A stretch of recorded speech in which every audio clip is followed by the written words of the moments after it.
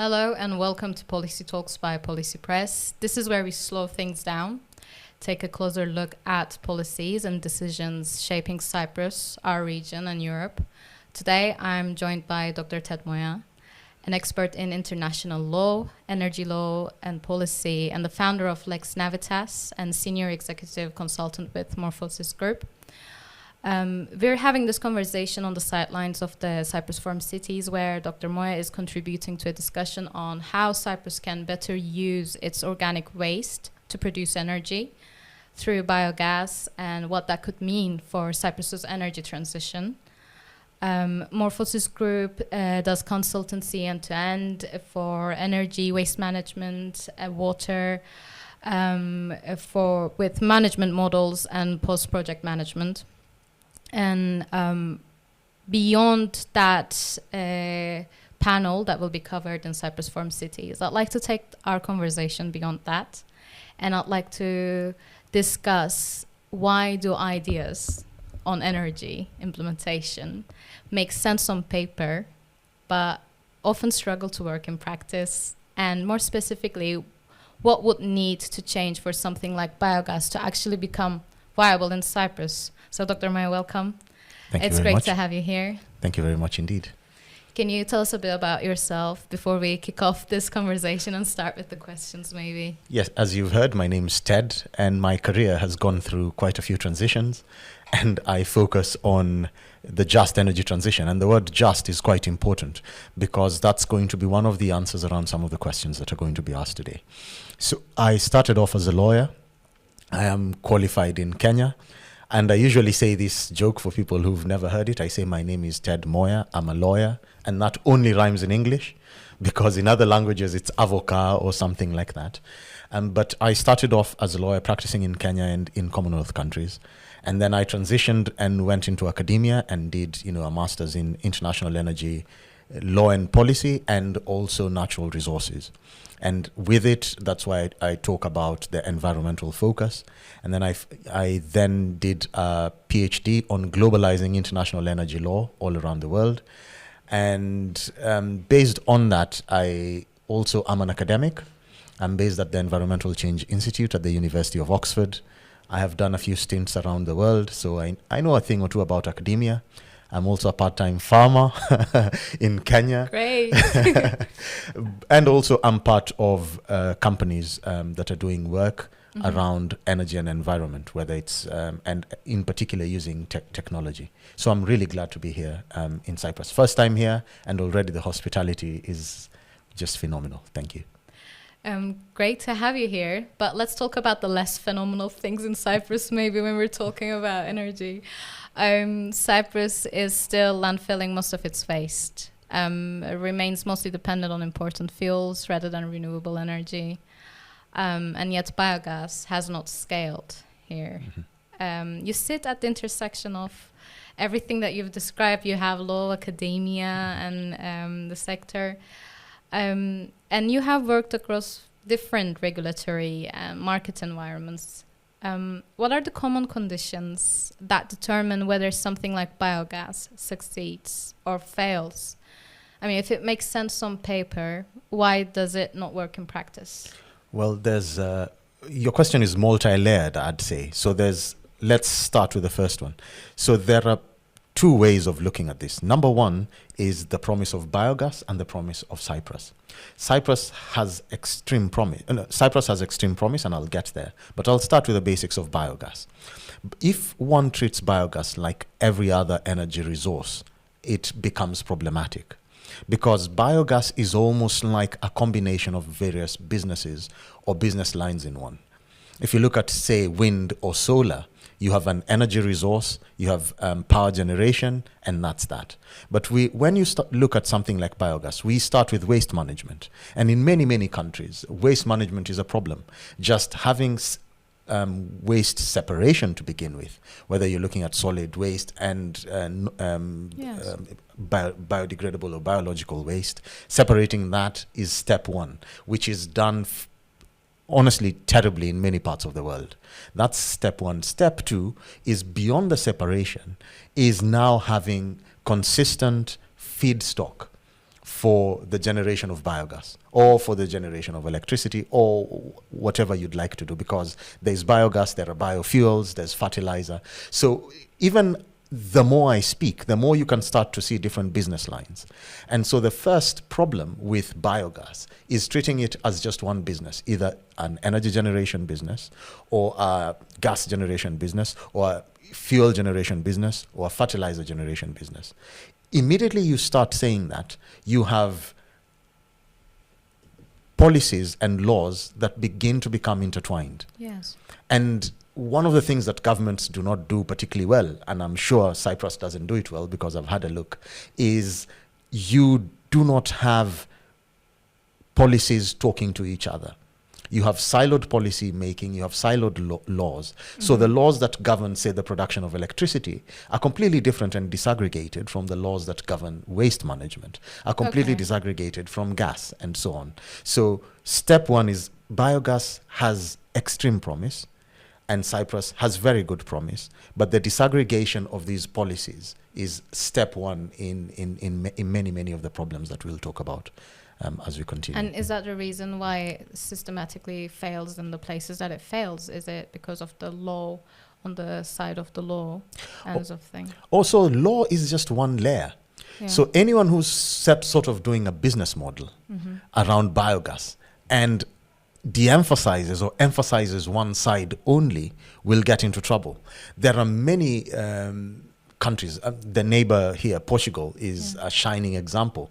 There's very good regulation, there's even government support, there are feed-in tariffs, but then what happens is if you're looking at long-term projects, and this is usually a problem with large-scale projects of any kind, whether you're looking at infrastructure and in particular energy, we're looking at market conditions being quite changeable, yet you have very long-term contracts. So unless there's something that then guarantees conditions, that whether conditions change or not, that guarantees that business models will stay long enough, is problem number one. But problem number two, if you're doing a business model and you get the right financing, you build the right infrastructure, but you do not get the right waste management or feedstock, you will have a good business, you may even have the right regulatory regime, but you will not have the fuel for whatever it is you want to do. So this is multi-layered, and that's why I say that the first thing is law is a problem and regulation, but also the business models need to be put in a certain way. Also, we are looking at long-term projects. So there's a legal aspect, there's a governance aspect, but there's also the fact that where you're looking at long-term projects, in a world such as the one we have now, it's very, very difficult to predict certain things. And I think one of the descriptions of Morphosis at the beginning is that it's an end-to-end solution. One of the things one needs to look at is, do you have enough feedstock and do you have enough offtake? Because if you deal with it only on one side, if you only look at the offtake arrangement, and offtake here means you have a purchaser, you have a buyer of whatever product, but you don't have the fuel for it, you'll be in trouble. And so sometimes the problem is in between is where we have the financing, in between is where we have the law. And the other thing is there are different income streams here. Yeah. And one of the problems that we foresee happening is there's going to be an acute need of fertilizer. And this is being talked about in even hydrogen. A lot of the talk around hydrogen is the ammonia is what carries hydrogen as a fuel. But ammonia is one of the ingredients of fertilizers. Yeah. And so it becomes more and more complicated because unlike solar, where once you put up the solar panels and maybe you have battery storage, your business model is somehow simple. Biogas is complex. And I'll stop there because I feel like I'm rambling, but I can see there's a quizzical look on your face. I can see because the opportunities here are like almost on the same plane as the weaknesses. As if it operates in a chain. If one of the pillars are not functioning in that country, then it takes it all down. But then again, it's an opportunity to deliver in all of those aspects with biogas, if my understanding is right. Your understanding is right, but also not everything is made equal and not everything yields the same amount. Yes. So if your business is biogas, you have to get your biogas model right. you can have the others as support mechanisms. For example, carbon markets.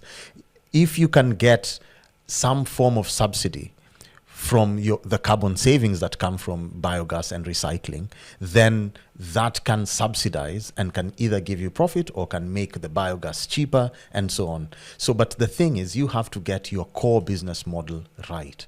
The other thing is, once you look at these other business lines, or you consider these other cost factors, or you consider these other risk factors, time is one of them, yes, then if you had the baseline off, or it was very tight, or the financing was not right, then everything else collapses. So, for example, if you don't have enough feedstock, you will not run the biogas facility. If you have enough feedstock, but you're not making enough money on the offtake side, then your business will collapse. So you have to get the biogas fundamentals right, and sometimes that means using these other lines to sort of prop up or to de-risk the project. So assuming you're getting a public benefit or a subsidy, or the government, one government says they will buy, there'll be the off-taker, and then a subsequent government comes and changes the policy, is there anything that can sort of shield you from those shocks? One of them could be, you could have a very good lawyer who writes a good clause for you, which means the government will give a guarantee, or there'll be some form of sovereign de-risking mechanism that will pay you. But if that is not there, then you have to have either private or other business lines that will ensure that this works. I'll give you an example. Yes, please. Give us some real life example context, because I think we need to. Yes. So a place like the Democratic Republic of Congo has a huge waste problem. If somebody wants to set up a biogas or biofuel facility in Kinshasa, for example, Kinshasa, fun fact, is the largest francophone city in the world. They do not have a proper waste management system. So all of the waste is dumped into the river. So if somebody wants to set up a biogas or a biofuel facility, if you think end to end, the first thing that you must get right is how to obtain the waste. And immediately, if you start talking to the public officials, the first thing that happens is you will solve one of their biggest problems, which is waste collection and waste management. But the other problem that you're going to solve is the Congo River is heavily polluted. So immediately, waste itself is there's a revenue model. There are people who sort of would buy waste or would buy plastics. Immediately, a business model around that is built. Then you begin to see a positive knock-on effect. Suddenly, someone who wants to set up a biofuel facility has consistent supply of fuel. Suddenly, the water quality in Kinshasa is better. Suddenly, you create jobs for hundreds of unemployed people. And then suddenly, a country which has one of the lowest energy access rates, suddenly people start having electricity. But and this is just one business model. Someone wants to set up a biogas facility. They need to sort out trash. So trash suddenly becomes a golden opportunity. And for a regulator, or for the public, or for the government, it becomes a water and a sanitation issue. In a small island where yours is not a water problem, in fact, your problem is probably desalination, you may set up a biogas facility that will generate electricity that will then be used for desalination. So if we begin to look at this holistically, like, why are you setting this up? You will then find other pathways of either subsidizing or connecting with your biogas facility. So the question here is, what is the purpose? And when we talk about the energy transition, we are not just talking about moving from high carbon systems to low carbon systems. We are speaking about a just energy transition. How do you move from this system that is unfair, where maybe the gas is expensive, where maybe it is not, rivers are polluted, to a more just and a fair system? So economics must mix with public policy, but also mix with certain concepts like justice. And so back to business models, one business model can actually lead to the proliferation of other businesses. In the Congo example, you will have a water and a sanitation business. You will have a garbage collection and sorting business. You could have a recycling business. You will have an electricity generation. You could even have bioethanol or biofuel and fertilizer. So if one is building a model, and that's why biogas becomes quite interesting, the interaction isn't just on input and output. The variables in between tend to be quite tight and in regulated industries. Yes. Because you see, if I want to sell oranges and mangoes, I'll probably just need health and sanitation or phytosanitary licensing. But on this other side, you have water, which is regulated. You have energy, which is regulated. A lot of waste management is regulated. And Cyprus happens also to be in the EU. And there are certain rules and laws and directives that come from the EU that you also have to adhere to. Yes. Yeah. I mean, again, when explained like this, it looks very promising. Yes. It sounds like it's going to solve a lot of problems. Yes.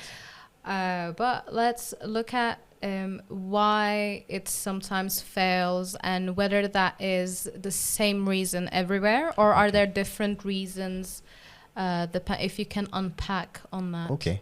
I gave one reason where governments are siloed. So government departments are siloed. There's usually trouble between the tiers or levels of government. So if the national government and the municipal government and local government, generally there is a breakdown. And for those who do not know how the difference between law, policy, and regulation, I can give a very quick breakdown using the words law, legislature, or parliament. So laws are national in nature. They don't go into great detail. They give sort of a framework. Policy is, think of it as politics, or what is the purpose behind the thing you're doing. That's why companies have policies. So if you look at a manifesto, before you elect someone, what did they say they're going to do about water and energy? And behind the manifesto, when they come to parliament, they actually pass laws that match that. But because laws are overarching, they just give certain elements of it. So regulation is a layer below. It's R for rules. So what are the rules that go under these laws? For example, it says you cannot generate, transmit, and consume electricity as the same party. You cannot be a monopoly in the energy value chain, for example. That's a general rule. But what are the specific regulations that come into play? So if there's a breakdown between national and municipal and local, you start having problems. If you look at things like biogas, garbage collection is done, even garbage separation starts in the home. Then you go to the local council, the people who then collect garbage. In many countries, the public garbage collection system has failed. So it's usually private companies. Even in places like the EU or the UK where I currently live, you have private companies who are the ones who do this. Then at the municipal level, you have who owns the land where some of these facilities are. And then there are questions on the pollution levels, because a lot of garbage is just incinerated. It's put in a furnace and burnt. Are you harnessing that and turning that into some form of energy? We have large companies. I don't want to probably mention them, because large companies that turn waste into energy. Because biogas is a waste to energy, one of the waste to energy value chains. And so just looking at these different levels, you have, even within national government, you have departments that do not work together, or if they work together, they're not coordinated. And then you have a problem that is not just a national problem, but a lot of energy policy is determined at national level. But at municipal level, where is the land? At local level, is there a recycling plant? At home level, do people separate trash? And so this is a cross-cutting problem across government. So this is a public problem, but also for the public to comply, assuming you separate the trash. There are many, many countries where you separate the trash and they pick them, put them in the same truck and dump them in the same site. So number one is government. Number two is just how things are structured. And I can give examples. Places like Germany have something called the Energiewende. which is the municipalities are the ones who have the power to determine local energy policy. A place like South Africa is quite similar in the sense that you have national government, you have provincial government, and then you have the municipal government. The municipalities are the ones that determine the consumption of energy at local level. So it's almost like you jump the provincial level in terms of relevance in the energy sector, and you move to the local level. However, the provinces are the ones who have power sometimes over land. So you start having tensions within just navigating all these regulatory regimes. A place like Germany, for example, one of the reasons they have a good biogas history is that they locked in at these higher levels support for municipalities doing this. A place like Portugal has very good policies, but now it's beyond policy, it's implementation. There's an implementation gap in Portugal where you have all these very nice policies, but they haven't figured out consistent feedstock, and they haven't figured out long term, how are we going to keep these prices where they are? So you can have good laws and policies and government is coordinated, and then you have a breakdown in the physical infrastructure, or you have a breakdown in the implementation part. So you have the conceptual part, which is, okay, this is our manifesto, this is our policy, we'll campaign on it, we win. We are in parliament now, we have the power to pass laws. We pass the laws. We now, within government departments, need to coordinate. We need to make sure that at municipal and local level, our overarching laws are passed. And then at implementation level, you need money. And this is one of the problems that Cyprus has. Cyprus is part of the EU. There are certain directives on things like plastics. There are directives on how energy systems should function. But how do you translate that into everyday lived experience without the resources to do so? And this is why public and private partnerships come in. Where the government doesn't have the money, do you have an enabling environment for investors to come and risk and do what would otherwise be a public service? And so this is where you start looking. The opportunity is there, but then the risks are there. So how do you de-risk these things? So if you have to show, investors, here we have these policies functioning properly, we have these government departments working okay, and if you set up your plant here, you can name any municipality around here. Just name one. Slakatame.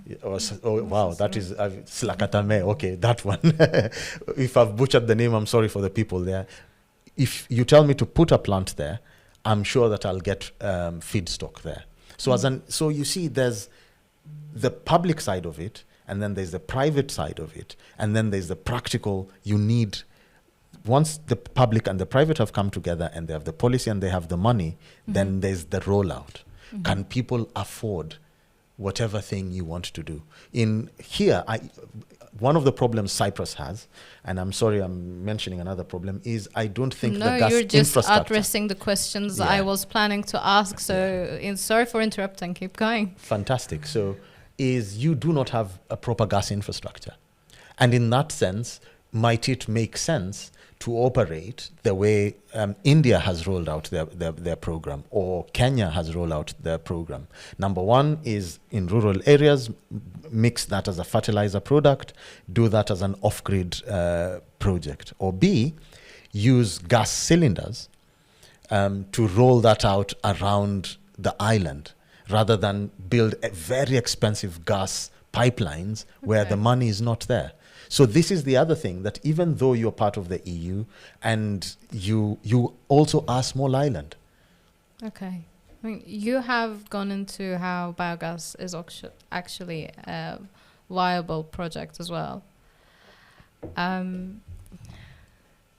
So then what's missing? Why is, do we have what, after biogas and everything, let's talk about the existing energy plans that we have. Yes. And let's talk about the pitfalls of that. Yeah. Maybe, for example, why is selling electricity alone is not enough? Are there missing revenue streams in Cyprus right now? Could you go into that? Yes. So there are several challenges. Are there missing revenue streams? Yes. Number two, are there missing policies? Possibly, but I think the problem is less of a policy and more of implementation, and also maybe government disaggregation. Then the third thing, which will come to mind, if I don't mention it, you'll remind me, is let's start with the revenue streams. Biogas isn't simply about electricity. I think I cannot overemphasize that. Mm-hmm. And if plans around biogas are architectured around electricity only, that is going to be a problem. So what is Cyprus missing? Cyprus is missing proper government coordination. Cyprus is missing, I forget the name of the plans. There's a 2030 plan around biogas. And there have been attempts, I think it's PETCOS, I forget the name, but it hasn't worked well. And why has that not? Number one, as I mentioned, this is something that will involve not just public funds or public plans, but interaction with the private sector and the public. Where this becomes tricky is the risk element. It hasn't been done before. The infrastructure is not there. The waste generation is definitely there, but the waste separation and security of quality waste and consistent waste is not there. So how can that assurance be given to potential investors? And then the most difficult thing, and I face this all the time because I'm also part of companies that are trying to do projects in Africa. And one of the things we ask on a regular basis is, where have you done this? Mm-hmm. So I think one of the things about this is scaling it. I think there should be prioritization of maybe 2, 3, or 4 projects and proving that this isn't just a concept, it's not conceptual. And then now leveraging from there. In tech terms, they say scaling from there. I think, so problem number one is that there hasn't been a proper pilot. There hasn't been a demonstrable, functional, working model that will give investor confidence or will even give government confidence. The other difficulty is not unique to Cyprus. You have governments running on government cycles, which is election cycles. So people coming in, even if they have visions for 20 or 30 years, they have 4 years to have something demonstrable. And this means that there's a lot of short-termism in terms of impact or what can make people be re-elected. This is a huge problem because projects such as the ones we're talking about are supposed to outlive parties and are supposed to outlive government. So how do you bridge the gap between governments that come in and offer short-term solutions for something that is essentially supposed to be a long-term ecosystem? So number one is, I think there needs to be policy consolidation. There needs to be better government coordination.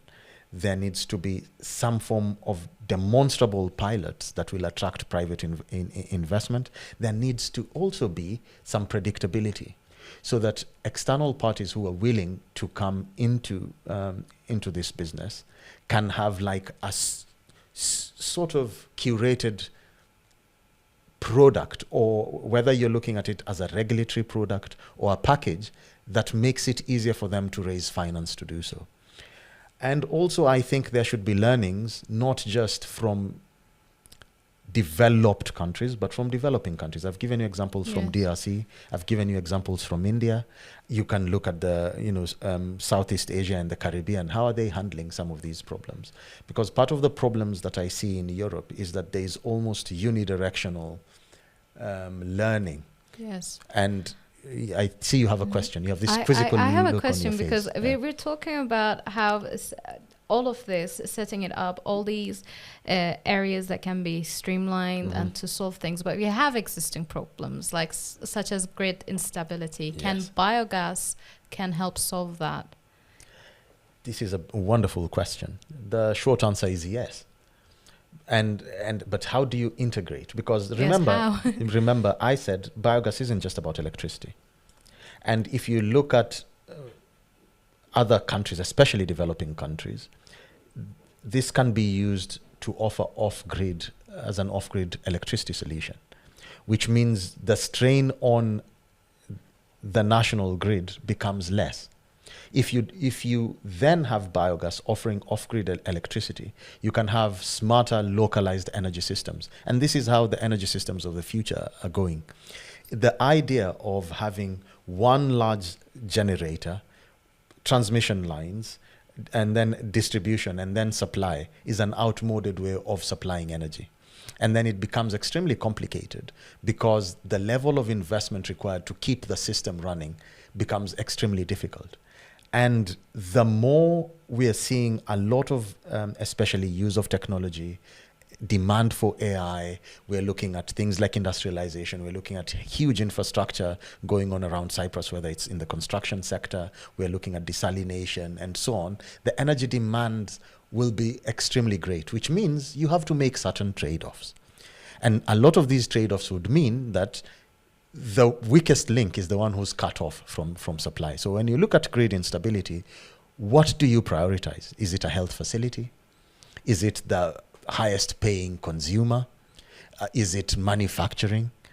So I think biogas can offer a solution in the way that it has done in parts of, say, rural Kenya or India, where you then have smarter localized energy systems. More about creating an energy resilience. Correct. Disaggregated, yes. Also, if the mapping of this biogas is done right, then you can reduce the instability because you know exactly what volumes you're looking at.